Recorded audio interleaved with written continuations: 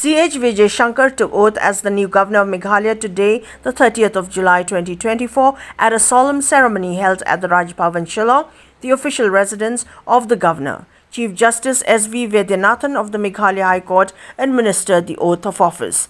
The ceremony was attended by a gathering of esteemed dignitaries, including the Meghalaya Chief Minister Conrad K. Sangma, cabinet ministers, senior government officials and other prominent personalities.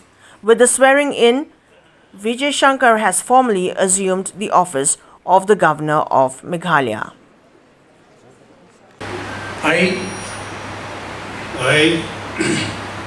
CH Vijayashankar, do swear in the name of God do swear in the name of God that I will faithfully discharge the function of the Governor of Meghalaya, that I will faithfully discharge the function of the Governor of Meghalaya and will do to the best of my ability preserve, protect and defend the Constitution and the law, and will do the best of my ability, preserve, protect and defend the Constitution and the law, and that I will devote myself to the service and well-being of the people of Meghalaya, and that I will devote myself to the service and well-being of the people of Meghalaya.